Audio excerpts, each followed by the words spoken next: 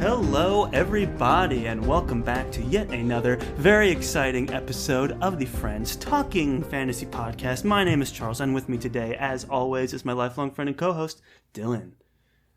I'm ready to talk some fantasy with my friends, Charles.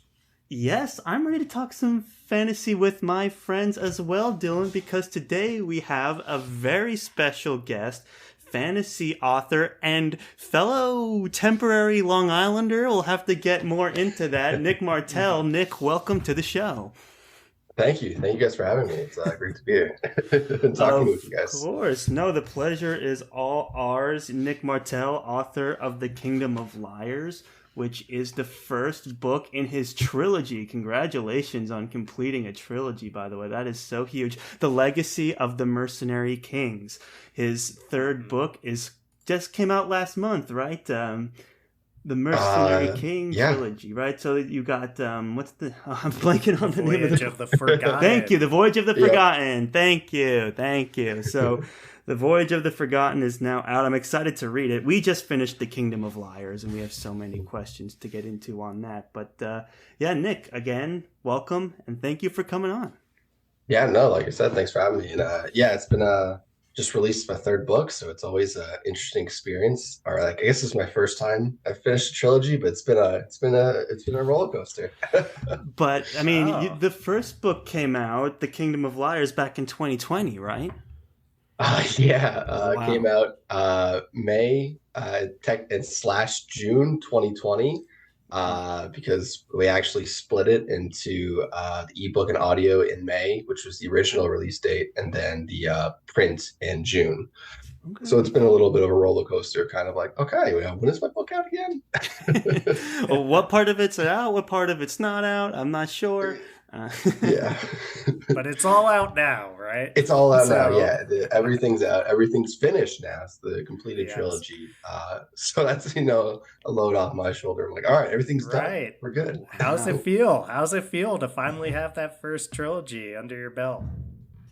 It's weird. I don't really know how to describe it. It's kind of like I had been writing the series for so long, but so like it was weird to lose the characters' voices and plot points and world things where I'm doing other stuff and I'm like, oh right, I don't need to do that anymore. I'd come up with things on what characters say are plot points. And I'm like, oh yeah, I can't use that anymore. The world's gone, the world's done. So it was a very weird experience. I kind of describe it as you slowly stop talking to a friend that you had they went to high school with, where you're you still have all the great memories, but you don't chat every day and so forth. Right. Yeah. Maybe one day you'll run into him in the grocery store 10 years later and you'll be like, do I say something? Do I not say something? Who knows? Maybe you'll go back and spark up another friendship and there'll be another set of books in the world, Yeah, you never know. Let's just leave it at that. You never know. You never know. But I mean, that is really impressive. I mean, 3 books in pretty much 2 years. Was this something where you showed up to the publisher with all 3 books kind of ready to go, or are you writing at this breakneck speed of a book a year more? So I guess this is where I show the behind the scenes curtain. I sold the series in 2018, at the beginning of 2018, and usually when you sell a series, the book is done. So there's some revisions we did on it, but by mid 2018 I was done with Kingdom of Liars, and we were slated for a fall 2019 release, and then publishing stuff happened, so it got delayed till initially February 2020, and then May and June 2020. So by the time the first one was out, I had already handed in my second book, which is why we actually had a quicker release date for it. It was supposed to be initially it was supposed to be May 2021, but we ended up moving up to February 2021 just because we were going to be sitting on it for a few months. And then with the third book, the same thing happened. I finished it in, I want to say May 2021 or something like that, around the time the second was releasing. And then it didn't come up till last month. So it's really impressive when you don't find that part of the story out, where you're like, oh, I wrote them in a year and a half each, rather than breakneck speeds. We're still impressed. Yeah. I mean, we won't name any names, but there's plenty of fantasy authors that it can take well over a decade to get a trilogy out there. So yeah. It's awesome output, and we had a really great time reading The Kingdom of Liars. It's really entertaining, exciting read. The plot moves forward quickly in a way that I mean that in a very positive way. When folks just get bogged down with world building and do world building for world building's sake, that kind of stuff, and the thing goes on, that I don't enjoy that as much. But yours has it all. It has a world building. Just weaved in along the way. Everything's relevant to the plot. It was a real pleasure to read. So just wanted to shoot that compliment out there and let our listeners know that we had a great experience reading the first book of this trilogy. Yeah, thank you. I'm blushing now. So, well, Dylan, you and I weren't the only ones that have praise for The Kingdom of Liars. Oh, far from it. Yeah, far from where you're going. Because one of the things we wanted to ask you about, yeah. Nick, is to get your reaction to this glowing endorsement that we've read from none other than Brandon Sanderson himself, the New York Times bestselling author of the Stormlight Archive. I'm going to read an excerpt of it really quickly, just to keep you blushing, Nick, but also just to give any listeners at home on the fence about picking this book up that shove they need on the right side here.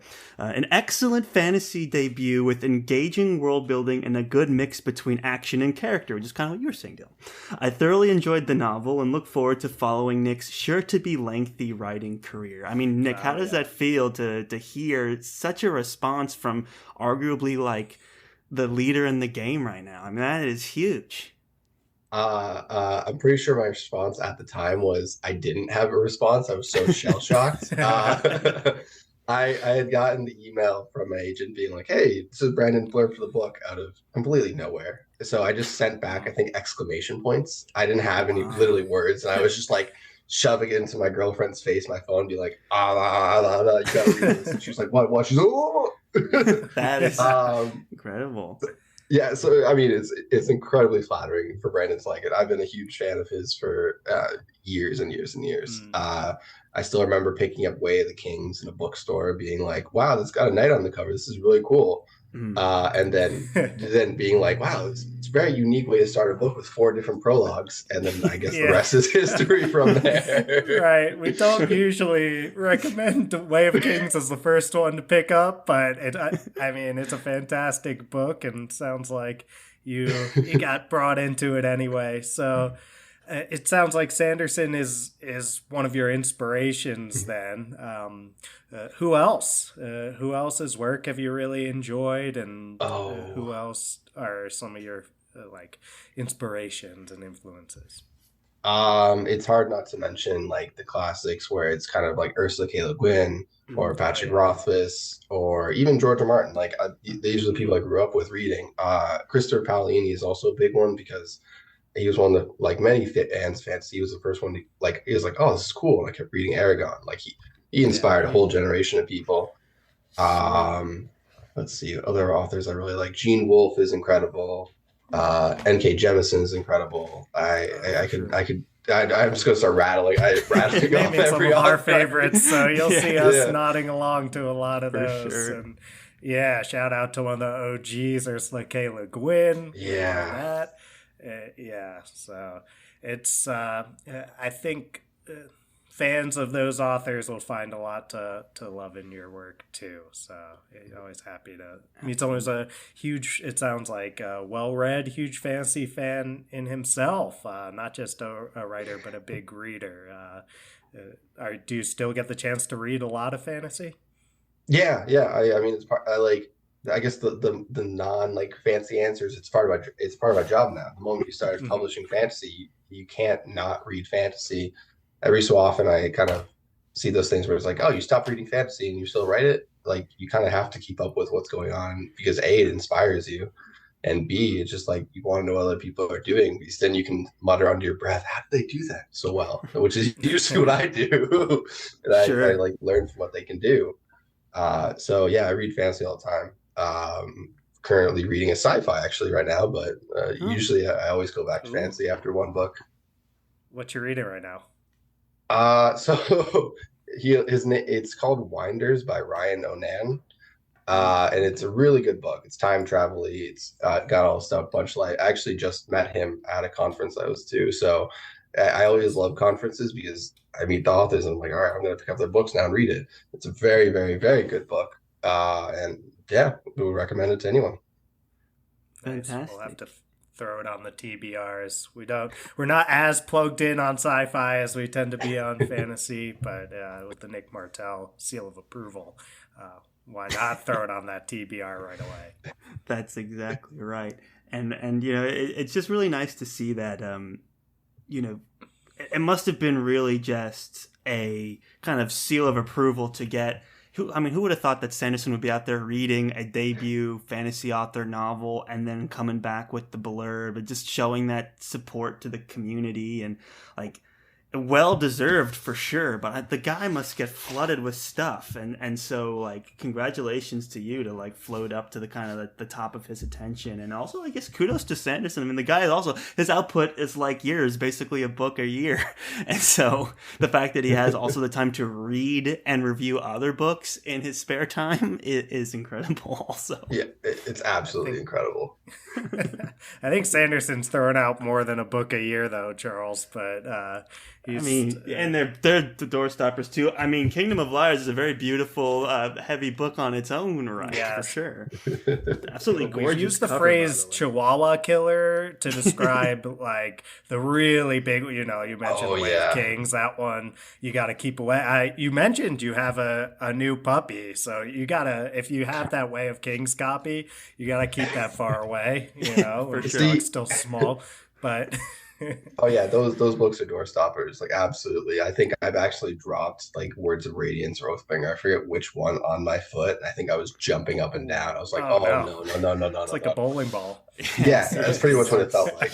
You know, that's So, the risk we take uh, as fantasy fans and readers. You know, I don't think other people know like the dangers that are out there.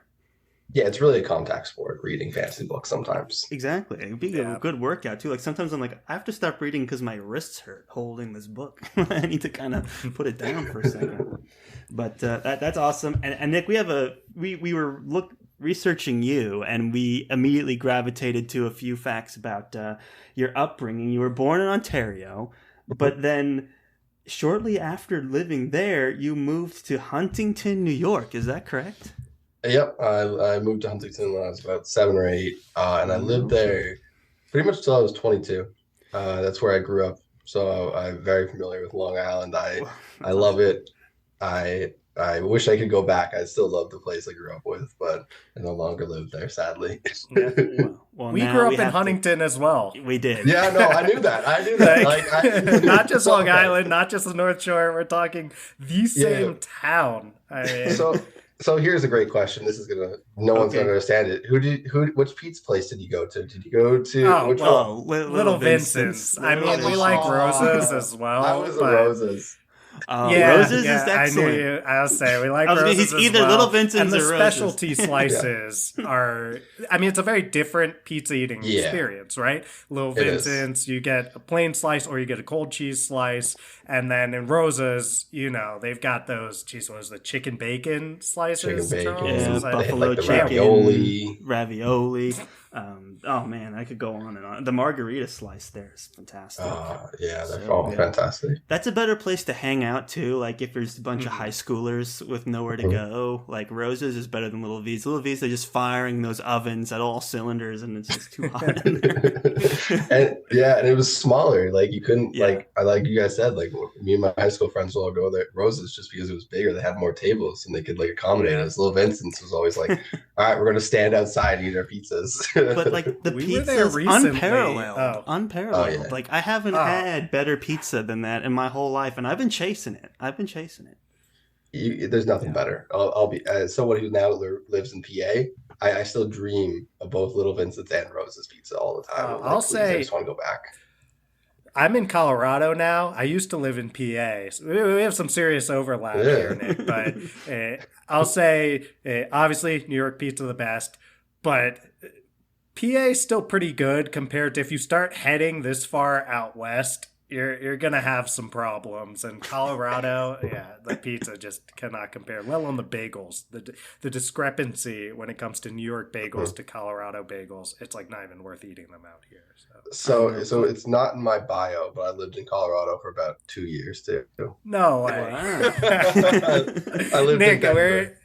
how many times have we probably just seen each other walking down the street in Probably a these lot. various places? That's God. awesome, dude. I'm so happy to talk to him. It's funny because Dylan and I, we went back to Long Island about a year ago together. We were visiting a friend who lives in Queens, but we were like, okay, while we're all here, we got to go back to Long Island. We got to go back. And we went back and we went to Book Review, which is now closed, by the way. Can you believe that? That it's was closed. heartbreaking. But that's where Dylan bought me my copy of Lies of Locke Lamora, which I love so much. And then we went to Little Vincent's because you just had to do it. But it was tough. We had to go to Rose's, and we had like a half slice because like we have like one day to hit up all the spots. So it's like one slice here, one slice here. You know, it was tough, but we made it work. Yeah, no, I'm heartbroken about Book Review. I still remember those giant like author signs they used to have outside of it being like blanket signing day, blanket signing day. Growing up, one of my dreams was like, I'm gonna be on that sign. I know. And then they shut that down and they became an author. would have been. So I was just like, I'm You were out. so Like, close. You just missed the so cutoff. close to it. We would have gone and supported you for sure. Oh, Thank you. definitely. With the name of Nick Martell on the outside the window. You know, that's where I met J.K. Rowling years ago. She did a book signing there for Harry Potter. So I've got my first 3 copies signed. But That's awesome. yeah, one day it could have been Nick Martell, but I don't know. Yeah, I don't know what's gonna go there now. Who knows? Starbucks or something. I don't know. Last time I was there, I think it was still closed, or there's nothing in there still. Yeah. So. That's sad. We managed to catch it right before it closed when we were there about a year ago in August.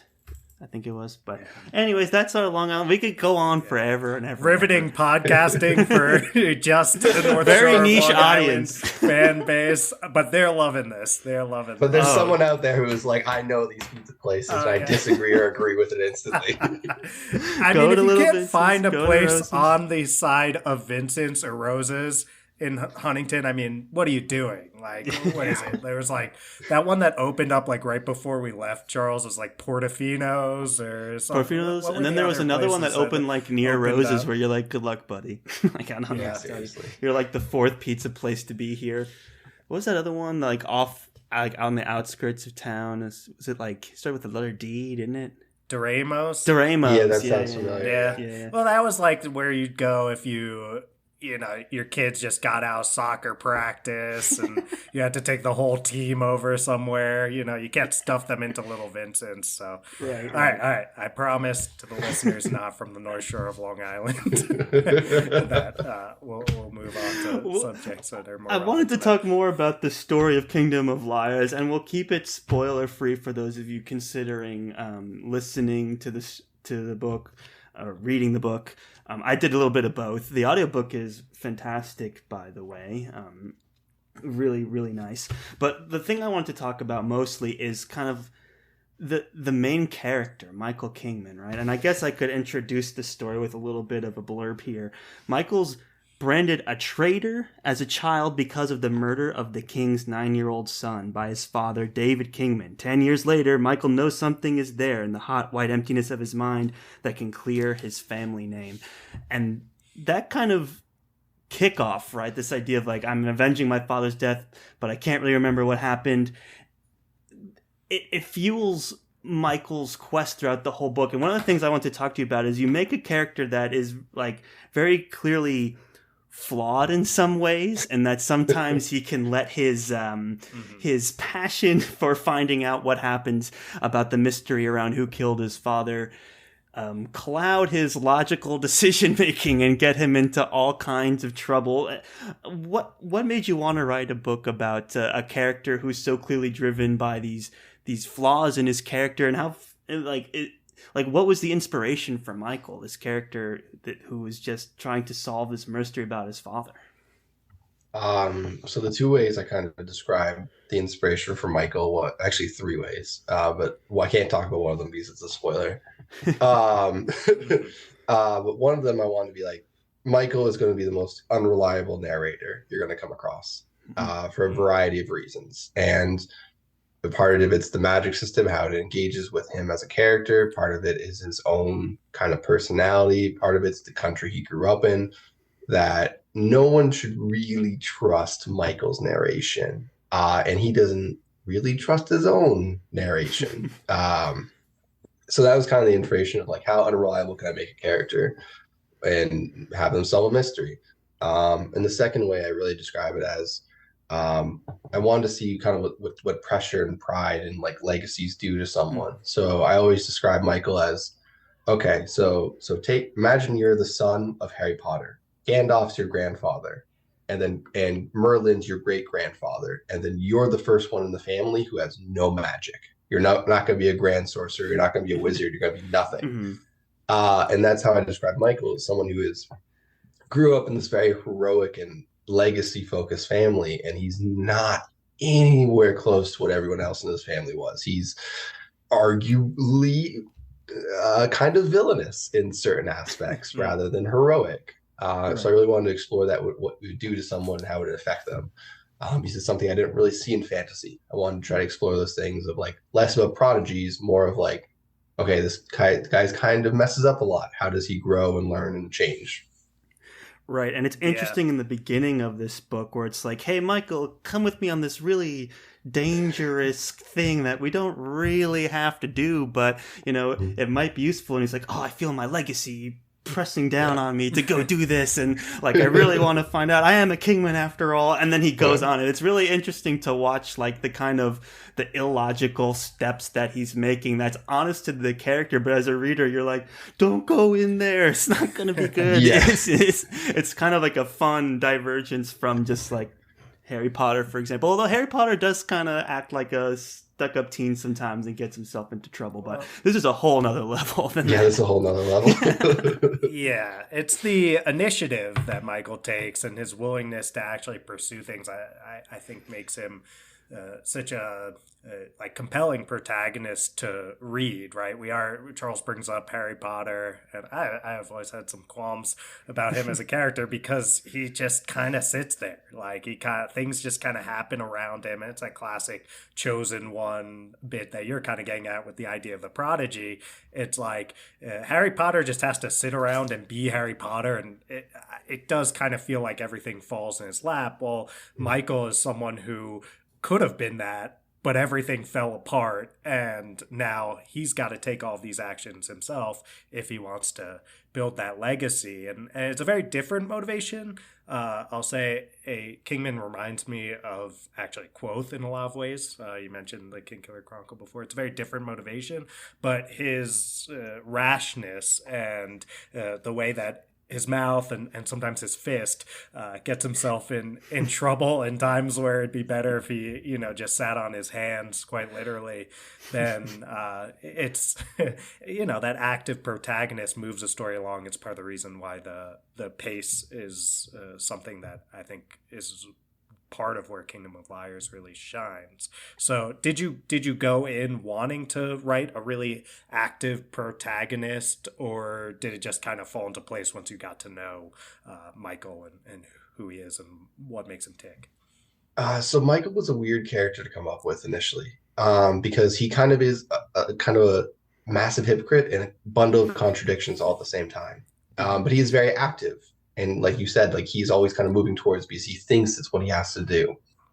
So he was fun to write in that I'd be writing and being like, oh, he's about to make a terrible decision. There's nothing that's going to make him not do this terrible decision, but he's going to do it.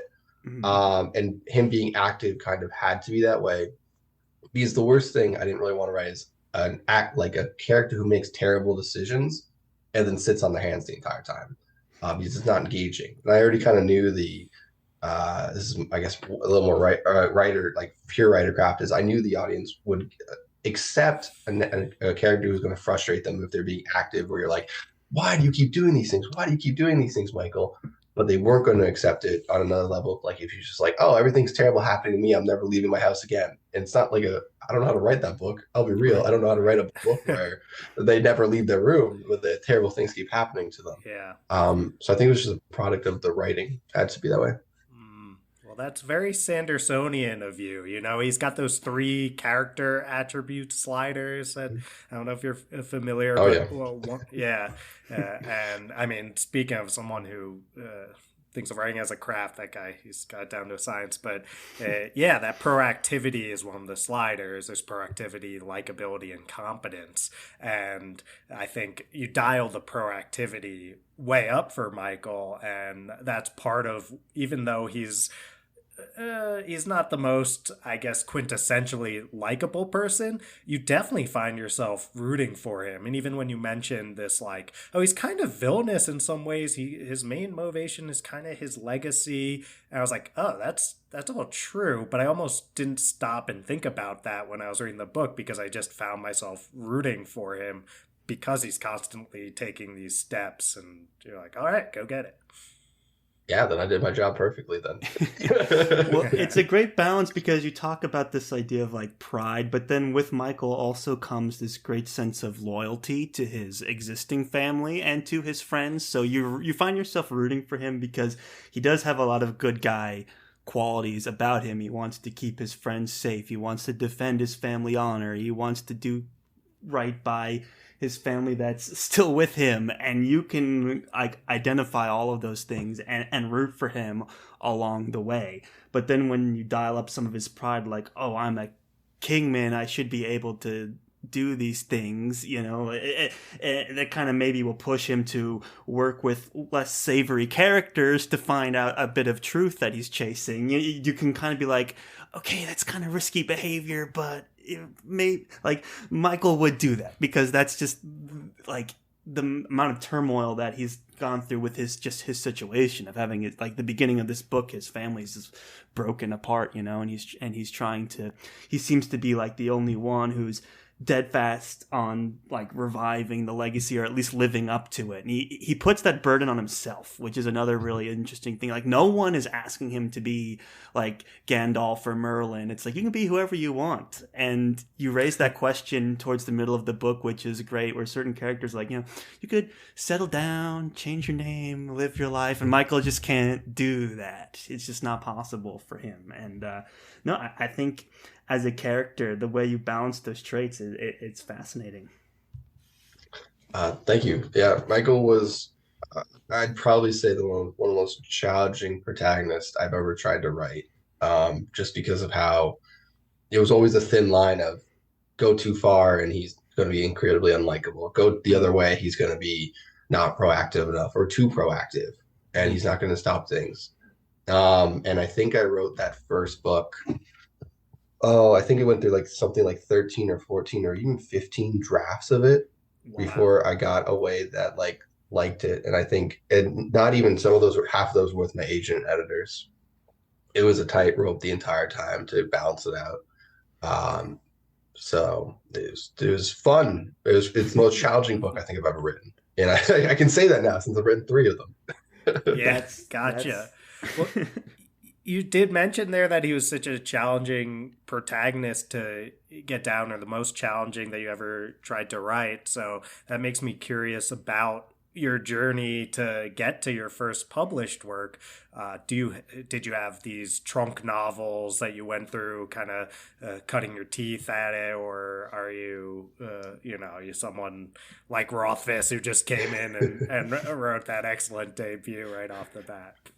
I'd love to say that I got it right the first time, but I did not anywhere close. I started writing in about 5th grade, and I wrote a book every 2 years. So by the time I wrote The Kingdom of Liars, I was on book like 7, 8, or 9, where I just essentially what I had been doing was I'd write a book, realize it's really bad, and I would destroy every aspect of it except like 1 or 2 things. I'd be like, that's still kind of cool. I'm going to try something different. I'm going to carry that on, take it to the next book. And I kept doing that over and over again. So there are parts of like the Kingdom of Liars that were from that very first novel. And there are parts that were nowhere near. And Michael sadly was nowhere near. Michael didn't come into the book until like maybe draft like maybe 7. Like he was very towards the end because he made the memory magic system work. Mm. But I just kept writing things. I kept writing things that were interesting. Like my first book was the worst Harry Potter knockoff you could ever imagine because Harry Potter was super popular at the time, and I thought, wow, I can do this too. And then it was the worst book ever. But no, I really cut my teeth the entire time, like just steadily grinding out books after books after books until I got finished one. And I was like, oh, this is still kind of interesting. This is interesting to me even after I finished it. Let me try to sell it. And then I sold it, sold the book to my, sold the book, and rest is history. Got published. That's an incredible journey. And it reminds me, I was kind of spying on the Joe Abercrombie Reddit AMA the other day, and a lot of people kept asking him like, "How do I get started? What's my advice?" And what he said kind of mirrors your process, which is like, just start writing something, and then edit like crazy, with this idea of like, put something out there and you can always refine it later, but ride that kind of spark, that seed, I guess, and then just keep working it until you're happy with it. And for you, it's like to trunk so many novels and then do 16 revisions of Kingdom of Liars. It sounds like you really lived that process. Yeah, like the best thing as a writer you can do is finish a book because then you can improve it. You can't finish you can't improve a book that's not finished. Which is why sometimes the advice I always give about writing is that like sometimes you just need to put your head down and keep writing and go towards the finish line. And then there are other times, like I describe writer's block as if I get writer's block, something is fundamentally wrong in the beginning parts of my novel because that something's tripping me up. I got to go back and fix it. But otherwise, I'm always writing forward. I'll be like, I'll fix it in post. Like my, yeah, exactly. My books are littered with like, I don't know what the name of this thing is. I don't want to come up with it right now. Insert here later, and I'll just keep going. I just keep going. So it's good advice because that way you just keep riding the inspiration of the moment, and don't get tripped up on things you can always think of later. Do it in post. Do it in post. And it seems like when we talk to authors, trunking 6 or 7 or 8 novels is not unusual at all. It actually seems like it's a more typical story by far than the person who just comes out and writes a book and sells it and it gets published. I mean, listeners don't quote me on this, but Sanderson went through something like 12 or 13, I think it was. Do you know it off the top of your head? No, but I know. I think he was double digits somewhere there. It was a lot. Yeah. So it's but that's how you master the craft like that. And he went through it so many times that by the time he was publishing novels, I think it was Elantris first, it's like he really had it down so well, and probably better to be coming out with work that you've refined your skill set to that point rather than when you're writing the Harry Potter knockoff. Yeah, and I'll just gush about Sanderson for a second. The thing I always admired about Brandon was that he also, once he got published, he still kept like perfecting his craft and stuff. Like you could tell certain books, he was like, I really want to try out this more. Like Warbreaker is a great example of like he was like, I'm just gonna post this online, people can read it, and then they can figure it out, look at my process and stuff. Elantris and Mistborn are the same way, where he kind of was like looking at things, be like, I want to try this or this and this. And as a writer, I'm like, wow, that's incredible because you always want to be perfecting your craft. Like that's I always want to be pushing myself forward into the other thing. And as a reader, I'm like, wow, this is really cool because he's trying all these experimental things. And then there's the other writer part of me where I'm like, Brandon's experiments are incredible. How does he do this? Like, what? Well, when you have once you've written like 30 something books and published half of those, it's like I guess you can start figuring out what works and what doesn't. One of the things I was curious about, you had mentioned that like you kind of bring like ideas from your trunk novels into your next novel. I'm kind of curious, like what do you remember being like the earliest seed in one of those early novels that blossomed in the Kingdom of Liars? Was there any detail that you managed to carry over from those early works back in the 5th grade that made it into your debut novel as a published author? Yeah. So one of the earliest ones, it didn't become exactly how it is now. But the magic system started off with me being like, what is the worst thing I could do to someone without killing them? And I thought that wiping someone's memories and having them be like, are they the same person? Is it the same thing? It's kind of like the ship of Theseus argument, where it's like, if you destroy something completely and then rebuild it exactly piece by piece, is it the same thing or is it something different? And that was kind of one of the things I worked on was the magic system. The magic system obviously got changed and stuff as time went on and the prices went up and the costs were changed. But that was one of the earliest things I ever started writing. And I think that's why I like costs and magic systems so much. Like to me, the cost of the magic system is the cool part. Like I'm like, I want to know what these characters are going to do. Like you can cast fireball, sure, but I want to know that what that fireball is going to do to you cost. Like you have to put like, are you losing your arm to do it? Like using like your life points, like your energy and stamina. That's the part I really hone in as a writer. So I think that would be it.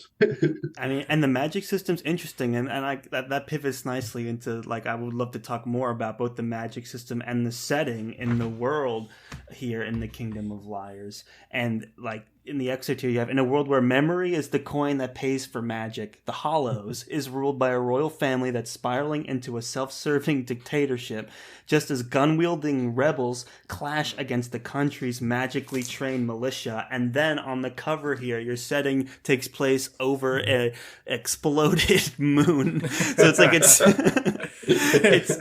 I love the covers. Oh, the cover's gorgeous. Yeah. We'll judge the book by the cover. It's excellent. On this one, you definitely can. And I like the second one is one of my favorite covers that I've seen. I love that one too. But we'll get into more about the covers when Charles has questions about the magic system. I would just love more insight into how this setting came to be of so many different pieces coming together, both in like, oh yeah, there was a moon that exploded into pieces, and that kind of some of the religion and also some of the economy and politics, and then we have this dying kind of monarchy, and then we have this rising militia, and guns are a relatively new invention taking the world by storm. It's like, how do you start to piece all of these details together, and what kind of was the inspiration for this wonderful setting here of the Hollows?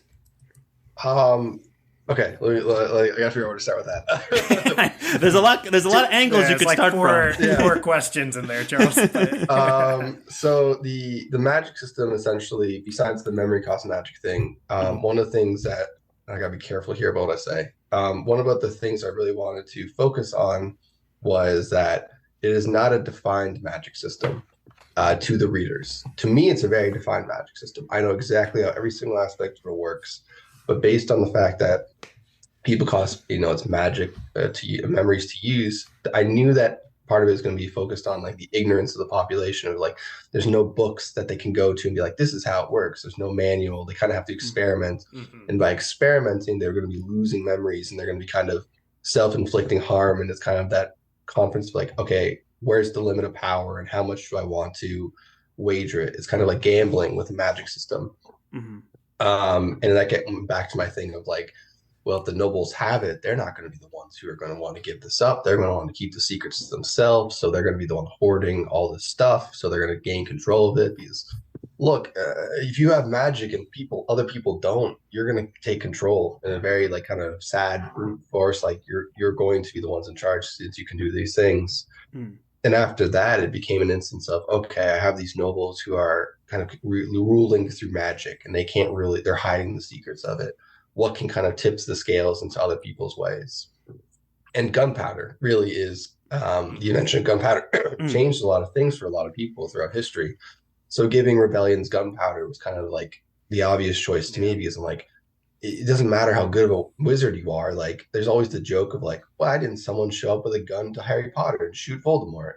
And I kind of like took that joke seriously. And I'm like, well, maybe they should have. And like, that's kind of why my characters use guns and stuff, because it's very hard to stop a bullet unless you're in like Brian McKellen's world where like they can do twisty magic stuff with it. So that's kind of the bare bones, the social stuff. As for the moon, it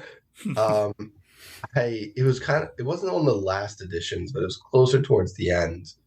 And I was really trying to strive away from that. I I grew up reading a lot of fantasy books, and I think a lot of people can relate with me that a lot of it kind of tends to be medieval fantasy, Mhm. European central fantasy. And I looked around and what I wanted to do, and I'm like, well, I kind of still want to keep this time period. I don't want to age it up to like trains, something like Joe Abercrombie does in his latest trilogy, where there's like Yeah. huge technological boom. Like I didn't want to do Mm. that yet. And I thought, well, what can I do that kind of sets this world apart from others? And this is really cheesy, but it's what happened. I looked up into the sky, saw the moon, and thought, huh, I wonder what happened if it like wasn't there or like exploded. And I'm like, oh, that's kind of cool. And I ran with it. And I looked at the things, and I guess this is a fun fact. The reason there's two moons is because I couldn't figure out the tidal patterns with a broken moon. They literally didn't work, so I had to literally put a second moon just to temper the world to make sure people could actually live near the sea. And even then, it's still kind of chaotic now. Um, Interesting. but that's and then the whole thing of the piece of the falling moon was kind of like it was a deep seated fear of mine.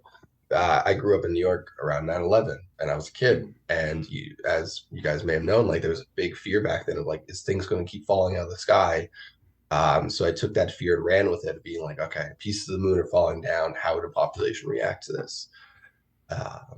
And that's my quick version of how I created a bunch of different things in the world. I mean, it's amazing. It almost like when it all comes together, like especially with this broken moon hanging over, there's almost this like post-apocalyptic kind of mentality hanging over this environment. You've got lost knowledge, you've got shattered moons, and then you've got this whole mystery and this kind of weakened monarchy. It was a really fascinating kind of mood that you placed over the whole setting that to me felt post-apocalyptic a little bit, even though they're totally functioning just fine. They're like, well, we're not going to stop going to work just because the moon exploded. Yeah. I still got to show up at 9 tomorrow if I want to keep my job. Yeah, exactly. And one of the things I added, I guess I'll just add this in, but one of the things I focused on is that, well, if a population is so used to this, how long would it take before they just didn't care anymore? Like it was just a part of their lives. Yeah. So we're seeing that part of like post-apocalyptic feel like Hunger Games or something of that sort, where it's been going on so long. People are like, oh, I hate this thing, but they don't really question why it's happening and stuff.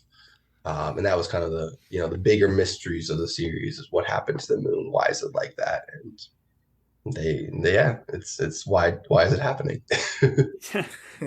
There's so many mysteries that are still kind of open-ended by the end of Kingdom of Liars, and now you have things kind of brought to the end with your trilogy of The Voyage of the Forgotten. I mean, without getting into any spoilers, Dylan and I still have to read, the second book, The Two-Faced Queen. It's what's kind of your, now that you've got that third final book out there, like what's kind of some of your shout lines for this third book, The Voyage of the Forgotten? Like what do fans of Kingdom of Liars have to look forward to now that the book is finally out? So I keep my cards pretty close to in terms of location, what the greater world you see in the first two books. Mm-hmm. And it's done intentionally for a lot of reasons. Mainly since the series deals with knowledge is power and ignorance is kind of something that's deeply in the society. The third book, I'm like, here's the world, and I kind of show it off like very chaotically, and like I'm just gonna show you it. You're gonna see all these things that are hiding behind the scenes. Where I wanted to take the characters who had grown up in this kind of like fish pond, where it's like they're the big fish in the fish pond. They go into the greater world. They're like, oh, maybe they're the small fish after all. That's exciting because I feel like the Kingdom of Liars, there's a lot of really big picture stuff going on, from a rebellion, from a moon that keeps falling apart. But it remains a very intimate and personal story because the main driving force is figuring out what happened to Michael's father and that whole mystery. But I feel like you set the table so well for expanding that world, and it sounds like you at least for a while, if not forever, aren't planning on going back to the world. So I guess it's time to like lay all the secrets bare by the final book, right? Yeah, I always described the book, the series as a whole is going to be, so Kingdom Liars is always boy to man. That's kind of the transition I wanted to have the Mm, field. Like it's kind of a kid who's growing up, and that's more of the coming age. With the second book being man to hero, so it gets a little more heroic, things get a little more bigger scales, and then the third book is kind of hero to legend, mm. and stuff like that. So it was always gradually going to get bigger as the world opened up and up. But yeah, I lay a lot of my secrets open in that third book where things are just like, hey, you've been wondering about this for this long? Here it is. Here's the answer. That's exciting. I know we can't wait to dive into it. Have to have you back on when we finish it so we can get into all the spoiler filled glory. Yeah, it's I love talking about the book, but I'm always like, oh man, I don't want to spoil this. I gotta be careful. I think I'm the worst person in terms of spoilers, where I'm like, oh yeah, this happened, and like they're like, what? I'm like, oh, you didn't read that part. My bad. Well, for the most part, when you're talking to the public or people you're trying to sell the book to, I imagine you can't even spoil anything from the first book. And for you, that was, you said you sold it in 2018, right? That was like Yeah. 4 years ago. Oh, So it's like so far back for you, and you can't even spoil that. And I know a lot of the authors we've talked to, and we do get into spoilers, that's some of what they most like to talk about because it's like they never get to talk about it. Yeah. I felt so bad. I recently went to a conference and I had all three of my books there. And I like to say all the covers are very eye catching, like very eye catching. Oh, they are. Yeah. So I had someone pick up the third book because it's got a gorgeous dragon on it, and they picked it up and I'm like, oh, and they like flipped it over. Like I'm like, oh, don't read that. Like I'm like, Yeah. I know the cover's amazing. Don't read it. Like trust me, it spoils everything so quickly. I'm like, do not read it. They're like, oh, where's the first one? I'm like, I hand it to them. They're like, oh, okay. And I feel like I had to trade it out. I'm like, oh no. Before we got in touch with you, there's a local bookstore. I almost picked up the Two-Faced Queen like 3 times because every time I see the cover, I'm like, oh, I need this book, and then I'm like, oh, it's a second book because I absolutely love that one. We talked about the covers a little bit before. It's like, listeners, I know you can't see anything right now, but if you Google the Two-Faced Queen, I mean, that cover, also check out Kingdom of Liars. But this cover, it's very like Phantom of the Opera looking, and it's got just like a beautiful aesthetic to it. Got this woman kind of like holding a crown on it with her face half covered. It's just the colors of it are great, and it's not hurt by having Excellent by Brandon Sanderson on the side, Yes. and Innovative by Tamora Pierce. You also got I mean, you've got we've got Mount Rushmore level people, Mount Rushmore of the genre level people out there approving of it. But yeah, so these covers are freaking fantastic. Where you want to skip ahead just to read what's inside of it. Yeah, tell us about, because generally speaking, authors who are traditionally published don't have much, if any, control over the cover. What was the process like for you finding out what your cover is going to look like and everything related to that? So I was very lucky in terms of, I guess my editor just like knew exactly what I want. Like when we talked about the Kingdom of Liars, he was like, all right, so I got to put the Shattered Moon on it, right? And I'm like, yeah. And he's like, all right, done. Like it's just like it was very quick. There's actually a version of that exists with people on it. I'm the only one me and my editor are the only people who've ever seen it. And we ended up changing it to put more emphasis on the moon. And then for the second one, we were going through titles, and I was like, okay, well, Two-Faced Queen. And they're like, all right, that's perfect. And then my editor hesitated. He's like, okay, so we're putting the princess on the cover, right? And I'm like, yeah, I mean, that would make sense. It's Two-Faced Queen. And he's like, all right, done. And they came back with this image, and I'm like, this is better than I could have thought of. Like, you didn't need my advice, but this is better. And then, sure enough, for the third, he's like, he read this one scene. He's like, okay, we're putting that on the cover, right? And I'm like, okay, you just literally answered my wildest dreams, but that's cool. So I had a very easy covering experience. It was kind of me just being like, yes. So yeah, I love them. They're incredible. I always say I have to make a deal with like a demon or something for my next set of books because I don't know how I'm gonna beat these covers. Like they're so good. Yeah. I wouldn't blame you. tough to top. Yeah, but deal with the devil. It could give you. They always say write what you know, so it could give you some good inspiration for future fantasy novels. Exactly. And and the cool thing about the covers I really like is that in the UK they're all completely different too. And they're different yet very similar and really cool. Like the first one has Michael on it in the UK, and he's kind of this very thing. And my favorite thing about the Two-Faced Queen is it's the same character depicted two very different ways, and they're same. It's their personality combined that makes these things. So I was really ecstatic about all the covers, and then the third is just incredible too. I'm just gonna gush. And I guess I'll just mention my cover artists. Yeah. Richard Anderson did them in the UK, who's incredible. He did Kings of the Wild too. Absolutely incredible. Great book and great cover. Yeah. Mm-hmm. Okay. And then yeah, and then Bastien de la Harme did the covers in the US. Oh, Bastien de la Harme did the first one in the US, and then Benjamin Carr did the second and third ones. So absolutely incredible artists. I hit the jackpot. I won't even try to deny any of it. Like, I know how good my covers are. Like, I love them. That's awesome. It's good to hear that you had such a good experience too with your editors and your publishers and the artists and everything. That's awesome. Mm-hmm. Love it when everything comes together. So one of the things I wanted to make sure that we asked you, now with this trilogy behind you, your book came out November 1st, so at the time of this recording, it's already been a month, which means you only have 13 more months to go before you complete another book at this pace, right? What's next for Nick Martell? Yeah, so this is when I guess pulled back the curtain a little bit. Again, I haven't touched the third book since May 2021. I've been writing kind of other stuff in the meantime, and it's cool. Like I've been enjoying writing. I get to play a lot with things.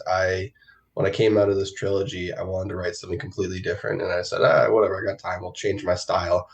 How long it took a long time to change my style that I thought it was going to take. That's a very arrogant statement, but I was like, oh, this can't be that hard. It took a long time. So I've been messing around with different styles and things. But I actually am probably going to send my agent a new book at the end of this week. If he listens to this before if he listens to it before Friday comes, breaking news. So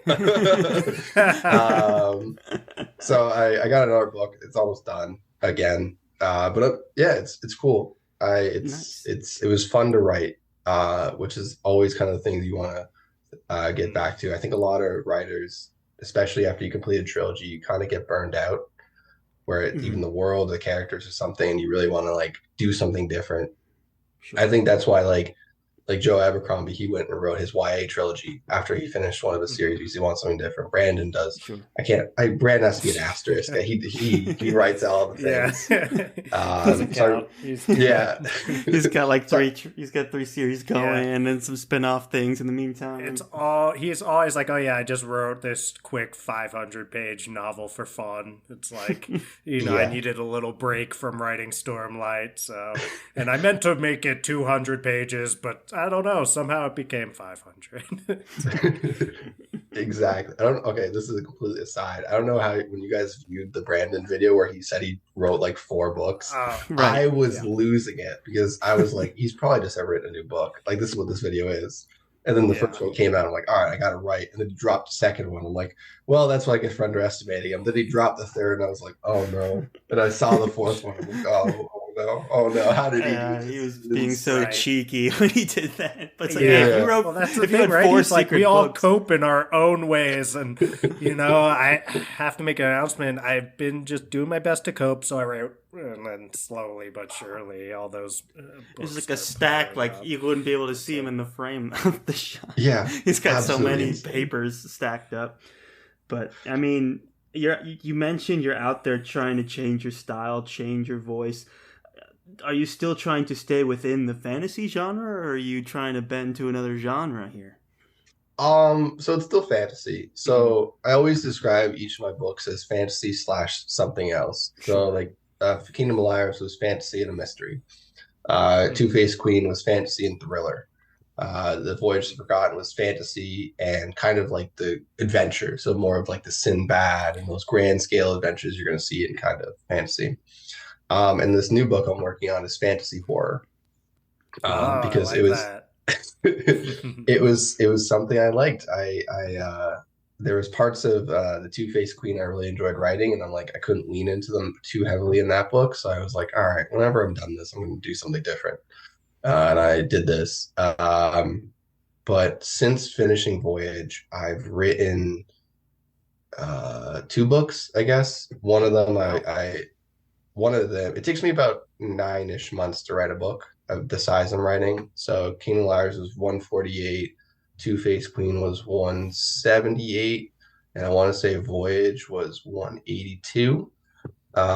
Those are rough what I remember with them being. So about that, it takes me about 9 months to write those size books. And since I was off after Voyage, I kind of tried this new book I was wanting to write, and it failed spectacularly, like utterly spectacularly. I was like, this was great for learning, terrible for I can't show this to anyone. And then I wrote this other I call it my fear book that I'm currently working on that I'm really enjoying. And like I said, it'll probably go to my agent. So if he says it's terrible, I guess we'll never hear about it again. But I'll knock on wood that he doesn't. If you're having fun writing it, there's got to be something to it, right? Mm-hmm. That's what you hope for. Yeah. Right. So what were, like, you said you wanted to go in the horror direction from writing this thriller in the Two-Faced Queen, going into horror. Do you have any like horror like influences or horror stories that you've really drawn to? Like what kind of horror can we be expecting coming from you?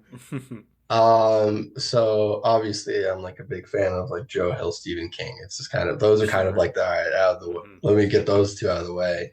I've been a big fan of Stephen Graham Jones. What he's been doing recently, like I remember only started reading him after he wrote Only Good Indians, and I was blown away that book. But I pretty much read everything else he wrote.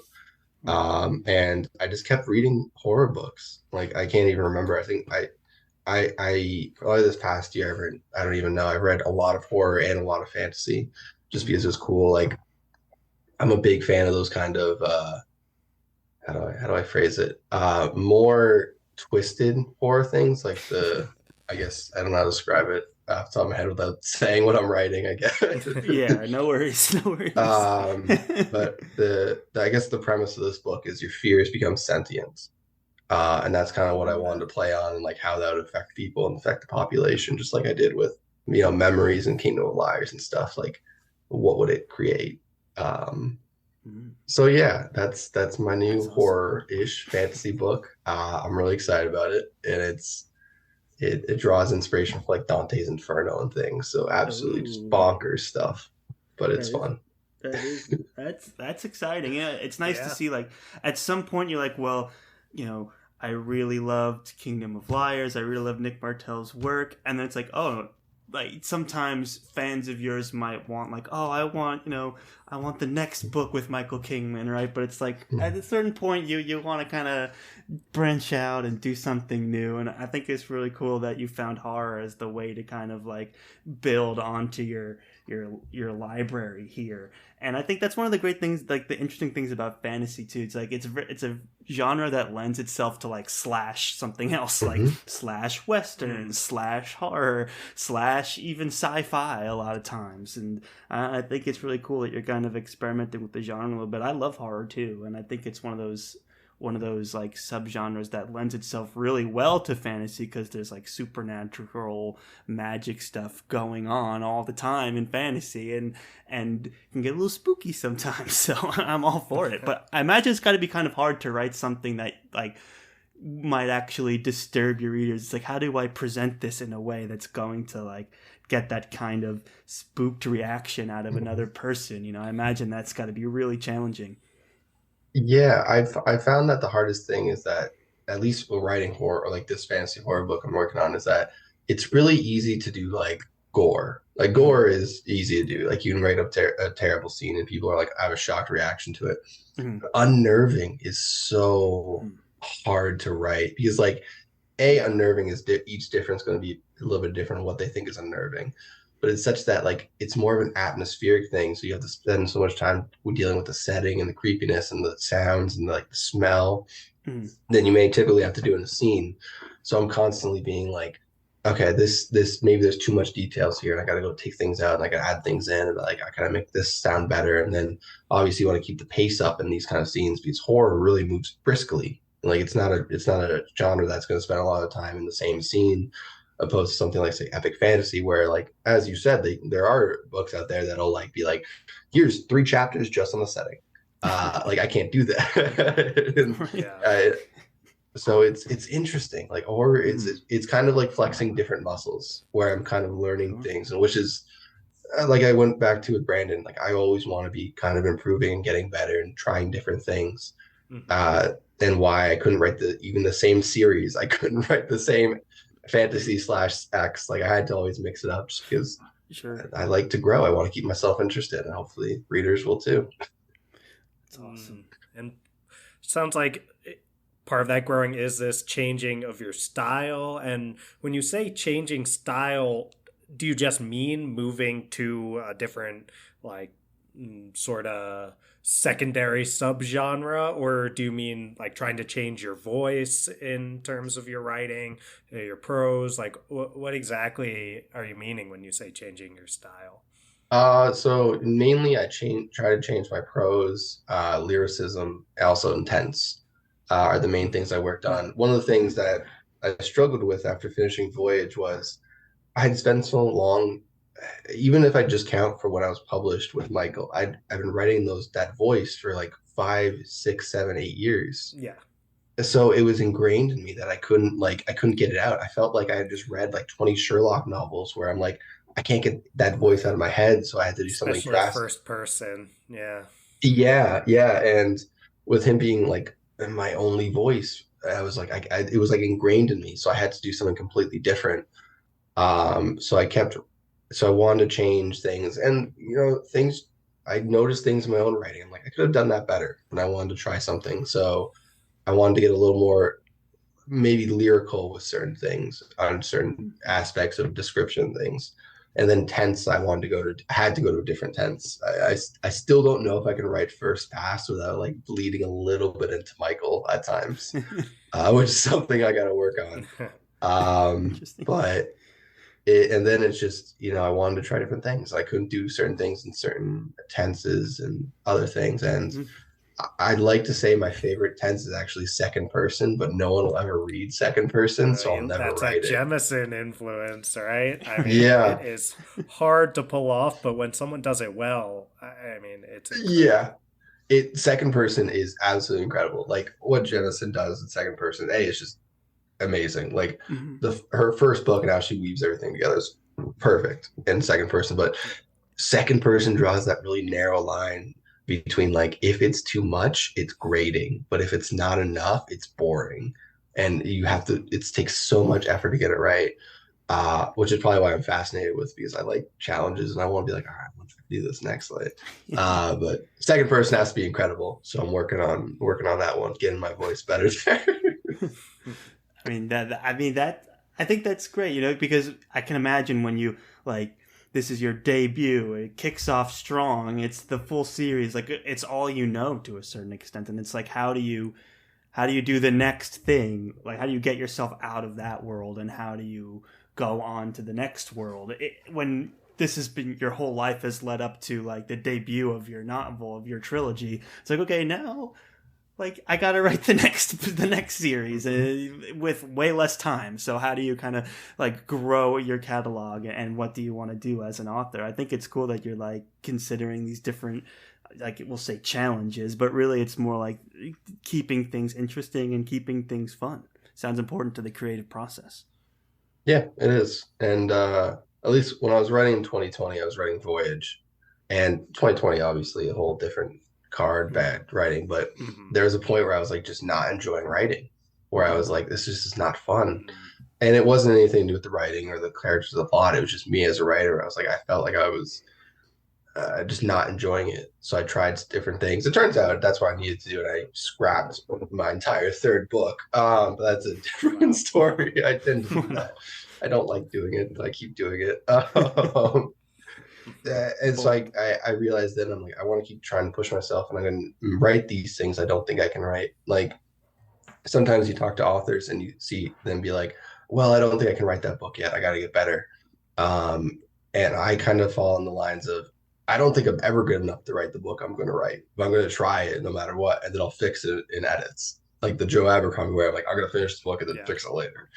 So that's where I found, and like these are the challenges that make me like writing, where I'm constantly pushing myself and trying to improve and trying weird new things. At least in my head, they're weird and new.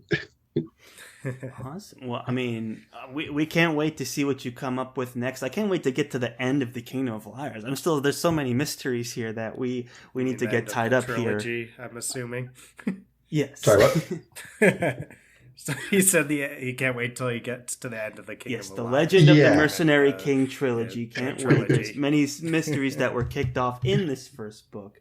And then it sounds like we have a lot to look forward to. And this is only the beginning for Nick Martell. So we're very excited. Congratulations on the debut.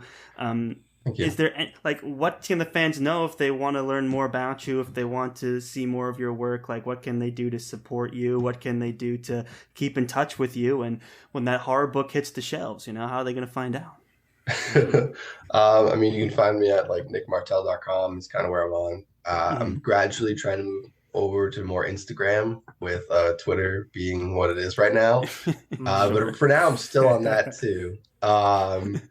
But otherwise, just buying the books and talking about it really is the big thing. Like, I'll be real. Like, I came out in 2020, which was challenging.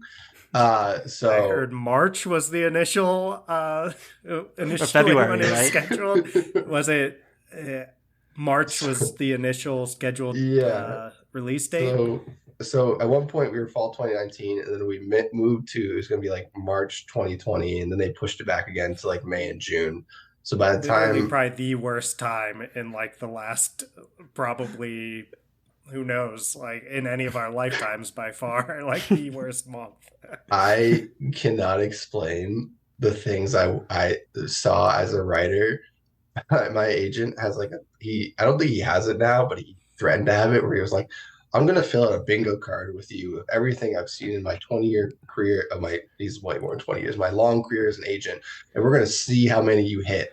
Because at one point he was like, why do things keep happening to you? This is funny, but also just like sad, Nick. And I'm like, thanks. And I'm like, global pandemic will just be my like main circular square there. Be like, that's how it started. Right. That's the free spot in the middle. Yeah, that's, I'm like, that's old hat at this point. I'm like, all right, I guess. It's pretty incredible when you think about it, but I mean, despite all of that, you managed to complete the series, and the Voyage of the Forgotten just came out last month, guys, so the story's still very fresh. Make sure you catch the whole Legend of the Mercenary King trilogy. Make sure you catch Nick Martell, and we'll put some links in the episode and all of that. But Nick, thank you so much for coming on, and thank you for talking like pizza as well. That was kind of therapeutic for me. Not many times we get to speak to a fantasy author that grew up in their formative years in Huntington, Long Island. So this has been a real treasure for us.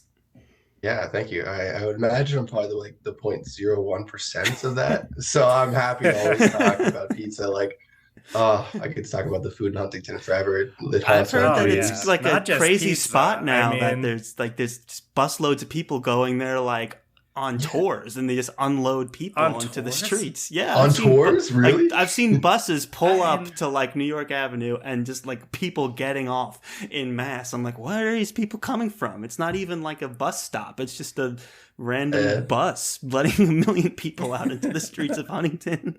I don't know about you guys. I didn't realize Huntington was like a big thing until I like started talking to people in other parts of Long Island. They'd be like, oh yeah, my parents go to dinner in Huntington at this place. And I'm like, why are you coming to like Huntington to go to a restaurant? Like, isn't there better places to go near you? It turns out there's not. They're all in Huntington. No. the Paramount. I mean, once a concert venue for our listeners, once they added that, I mean, which I just saw Counting Crows last summer over there. Oh, It's pretty awesome. Yeah, that's pretty cool. Yeah, I used to work there. I was a marketing intern there in my summers. And while I was in college, I'd come home and work there. It's a really cool theater, but man, it brings a lot of people in on the weekends. Right across the street from Lil V's, though. Right. So that's how they got you. I had to have a lot of pizza that summer. Oh man, I remember there used to be this like double fried a Belgian French fry place that shut down. I was so sad when that left. Oh. I don't There's remember European when. Republic. Oh, You maybe don't it like just the fried- turned in. Yeah. Maybe it just turned into European Republic. That's what made. Yeah, I think that's what it was. Well, remember- they moved locations and expanded. Yeah. Because that's what where it was. American Burger used to be. Oh, Nick, was your name on the wall at American Burger? That's Okay. the question that we should have led with. That is a great question. The answer is yes. My name was Yes. on the wall. And the second part of that is I have watched people fail that, and my friends included. We all did it together because high school stuff. You got to go try this Just American 4 burger. patties on that burger. Did you get what was it if you ate 2 of them, Charles? It's like an asterisk. There's or a something star. That you get. Yeah, it was a star. Yeah. Yeah. Did you get I did not do that. I did it once, and I was like, I'm Charles good, man. did. I got the star, Oh. but I will say that was the most uncomfortable I've ever been eating by a long shot. Those last few bites where you literally are trying to swallow and your body is like not letting you. Only time I've ever experienced such a thing. I would not recommend it for all the viewers at home. No, it was a great challenge, and actually a pretty good burger too. Like, no, Yeah, they were it was good. pretty Oh, it was a good burger. Although that place was cursed. It was like 3 different burger places, I think, opened up there before finally they'd all close. And finally, then European Republic, bought the place. Moved over, yeah. and Yeah, there moved were over. a few Or cursed at places least- in Huntington. Yeah. Yeah. It's It's so funny. Our names were up on the wall together at some point. Maybe they were next to each other. Maybe they were. It I wasn't mean, Martell, alphabetical, but we McLaughlin, would they're all close. be. I mean, Marsh would be And right Marsh, next to yeah. Martell, but Yeah. unfortunately, I wasn't on the wall. Ah. And I don't think it was alphabetical either. No, it was No, just, no. well, they would just throw It names was on the just walls, whatever the it was. ceilings, like Yeah. wherever they could Yeah. get. Yeah, they just kind of slapped them on the wall, and they were like, "Here you go." So wait, did you go to Huntington High School then? No, I didn't. I went to actually a private school called Lehigh down in Brookville, but I went yeah. to Hi, okay. yeah. I went to They have Wood- like a summer camp there. They do. They have the big Yeah. summer camp and it's massive. It's still massive, I think. I went to Woodhall though in Jefferson. I still got fond memories. I still have friends who went to Huntington. They still like send me texts, be like, "Oh, here's a bagel I'm eating today." I'm like, "Thanks." I have the BPA. Dude, Like, the why are you breakfast doing this, sandwiches too. Yeah, where? Okay. Oh, Ah, I mean, it's Like- that is the biggest difference. Like I was saying earlier, like bagels and egg Yeah. sandwiches. Bacon, egg, and cheese I on a think bagel. that's How actually hard a is that? bigger difference. I know it shouldn't be hard, but I think that's actually a bigger difference than the difference between the pizza. I mean, you can't get Yeah. either as good as you get in New York, but it's that eggs. I can't even eat bagels over here. Just every time I try, it's like a disaster. you know what other big difference is? Diners. There's not much diners Oh, where They don't America even, like exist. I know. Yeah, They're elsewhere. like old school Americana. That's Or just gone. delis, really. yeah. It's like I- they're the like delis. New York deli. I grew up just thinking that was everywhere, and then Same. you go to other places in PA. Maybe you have Wawa, which is something, but it's it's a gas it's station, not man. exactly- Like- no, okay. I'm not saying it's a good New York deli or anything, but as gas stations go, the food is phenomenal. In terms of like a gas Yes. station, yeah, it's great. It's but there's the Wawa Sheets. Like Wawa's great. Yeah, Sheets is great for fried food. Like I would never order anything else Yeah. at Sheets. You want fried food, go there. But like Mm. it's gas stations, man. I can't get a bacon, egg, and cheese anywhere. No, I wouldn't be eating it there either. It's funny. I live in but Georgia the Wawa mac Oh, now. and cheese, not bad. Yeah, But it's Georgia has like deli, like restaurants that are like New York deli themed, and you're like, this is just not good. Like, this is just not the same thing. Yeah. It's not even a true deli. It's bizarre, really bizarre. But I mean, gosh, wow. We went to Cold Spring Harbor High School, so we didn't go to Oh. Huntington either. Yeah. So you Shout want to out to hear? Mr. Miller? Want to hear a funny story about Cold Spring Harbor High School Yes, for me? yes. Definitely. So I took the SATs there, and no one ever told me that I was supposed to show up with my ID. I don't know. Maybe I just didn't listen. So I got kicked out of the SATs at Cold Spring Harbor in front of like an entire classroom. Be like, you don't have your ID, and I'm like, and then they sent me to this like library where they're like, okay, if someone comes and brings your ID, you can take this test. So I was just alone in this room for the entire SATs, like taking this, being like, someone checking and be like, your ID's not here, Nick. I'm like, I swear it's coming. Like, it's coming, I swear. And I'm like, as I'm taking this, I'm like, am I just taking this test to get it like tossed in the dumpster? But you got a private room to take the test in, right? Yeah. That part was wondering nice, what year it was. Maybe if we're taking the SAT. Well, like, who's that loser getting kicked out of the SAT? Yeah, I probably was. I almost wanted to go full Nick and like be like, or sorry, I just wanted to be like, oh yeah, I actually remember that. I remember a kid getting kicked out.